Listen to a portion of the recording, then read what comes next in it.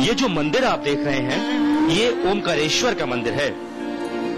इसी मंदिर में शिव का चौथा ज्योतिर्लिंग है। ये वो ज्योतिर्लिंग है जिसकी मिसाल धरती पर कहीं और नहीं है, और यहाँ साक्षात शिव का निवास है। हम आपको बता दें कि इस कार्यक्रम के पिछले 3 हिस्सों में हम आपको भगवान शिव के 3 ज्योतिर्लिंगों की कथा और पौराणिक कहानी बता चुके हैं। आज हम आपको शिव के चौथे ज्योतिर्लिंग का रहस्य बता रहे हैं। इस ज्योतिर्लिंग का रहस्य बाकी के ज्योतिर्लिंगों से बिल्कुल अलग है, और इसलिए यहाँ की शक्ति भी दूसरे ज्योतिर्लिंगों से अलग है। शास्त्र तो यही कहते हैं कि अगर आप ज्योतिर्लिंगों के दर्शन के लिए निकलते हैं तो आपको उनके दर्शन उसी हिसाब से करने चाहिए जिस तरह से उनकी उत्पत्ति हुई है। प्राचीन काल में लोग ऐसे ही किया करते थे, लेकिन दिक्कत यह है कि शिव के 12 ज्योतिर्लिंग अलग अलग जगह पर हैं, इसलिए आप सुविधा के हिसाब से अपनी यात्रा भी तय कर सकते हैं।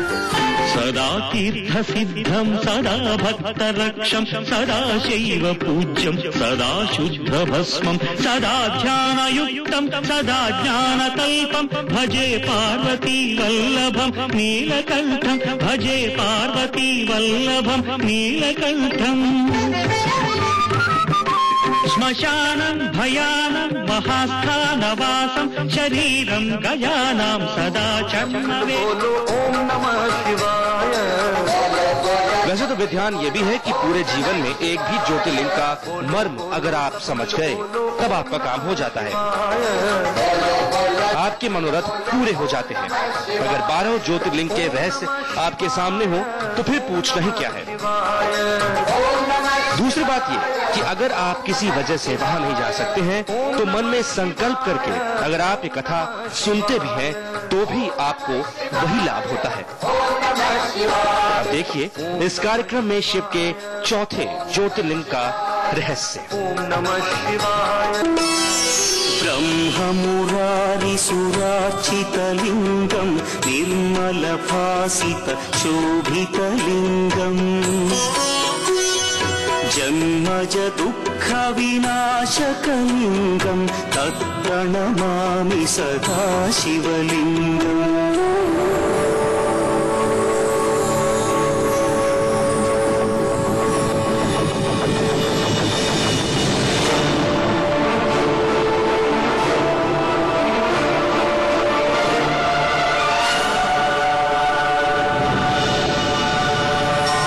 सेवन स्पेशल पेश करता है।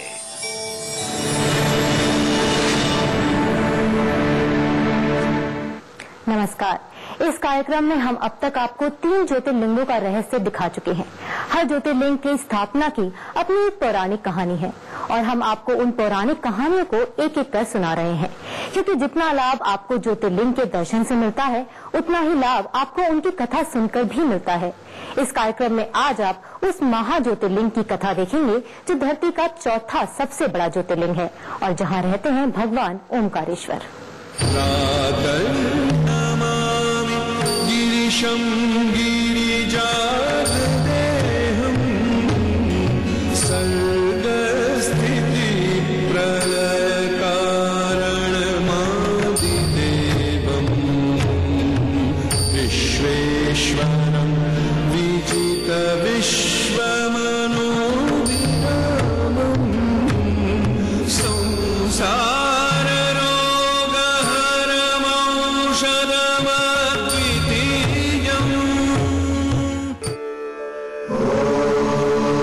ये वो अक्षर है जिसका कभी अंत नहीं होता।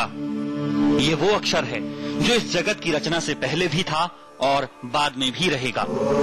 ये जो प्रणव की ध्वनि आप सुन रहे हैं, ये परम ब्रह्मा की ध्वनि है।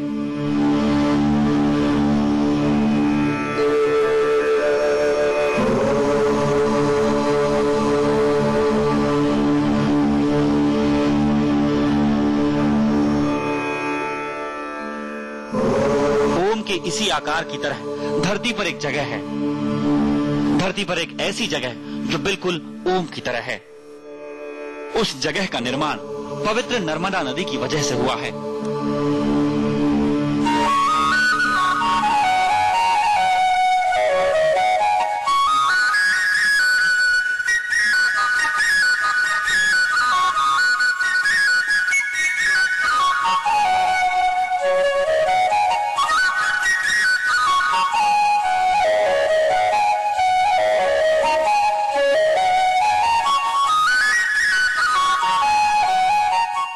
और ओम के आकार वाली इसी जगह पर स्थापित है शिव के ओमकारेश्वर स्वरूप का ज्योतिर्लिंग। मान्यता है कि एक बार जो भी इस ज्योतिर्लिंग का दर्शन कर लेता है उसका दोबारा जन्म नहीं होता, क्योंकि यहाँ शिव का जो स्वरूप है वो जन्म मरण के बंधन से मुक्त करने वाला स्वरूप है। धरती के इस चौथे ज्योतिर्लिंग की जो लोग श्रद्धा से कथा भी सुन लेते हैं उनके भी सारे पाप नष्ट हो जाते हैं, क्योंकि इस ज्योतिर्लिंग की उत्पत्ति ही बुद्धि के विकास के लिए हुई है।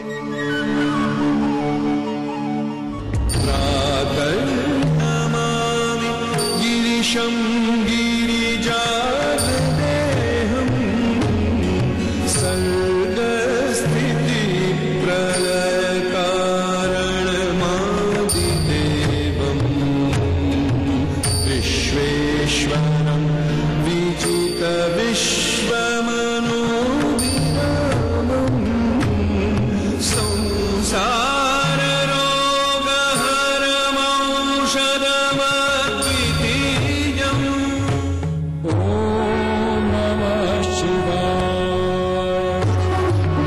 ज्योतिर्लिंग की कथा शिव पुराण सूत जी दूसरे ऋषियों को सुनाते हैं।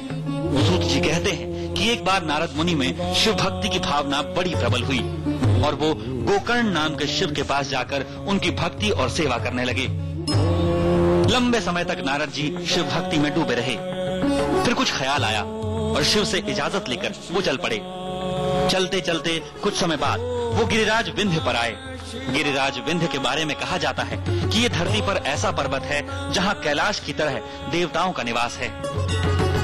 इस पर्वत श्रृंखला पर आने के लिए देवता भी परेशान रहते हैं। मुनि नारद जी जब वहाँ पहुँचे तो गिरिराज विंध्याचल ने उनका काफी आदर सत्कार किया। उन्हें कोई कष्ट न हो इसका हर तरह से ख्याल रखा गया।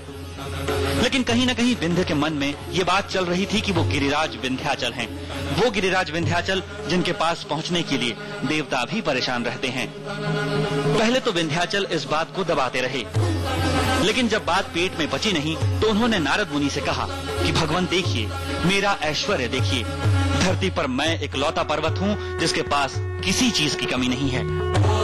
नारद जी विंध्याचल की ओर देखते रहे। फिर बड़ी ही गंभीरता से उन्होंने एक लंबी और गहरी सांस ली।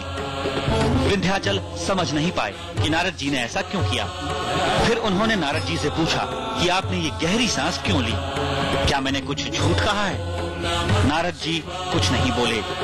उनकी ये खामोशी विंध्याचल के लिए परेशानी की वजह बन गई। कुछ समय के बाद विंध्याचल ने मुनि से फिर पूछ लिया। तब नारद जी ने विंध्याचल से ऐसी बात कही जिससे उनका सारा घमंड तो टूटा ही, ओमकारेश्वर ज्योतिर्लिंग की नींव ही पड़ी। लेकिन नारद जी ने विंध्य पर्वत से ऐसा कहा क्या?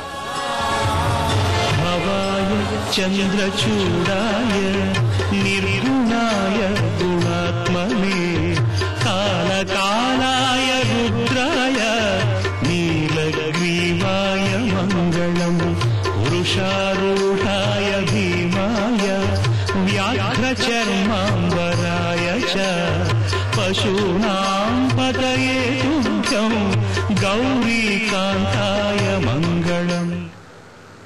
सवाल बड़ा अद्भुत है। खुद विंध्य जैसे पर्वत को अपने ऊपर विश्वास नहीं है। अगर होता तो वो नारद जी की बात सुनकर इतना परेशान कैसे होते। लेकिन नारद जी ने ऐसा क्या कहा, जानने के लिए बने रहिए हमारे साथ।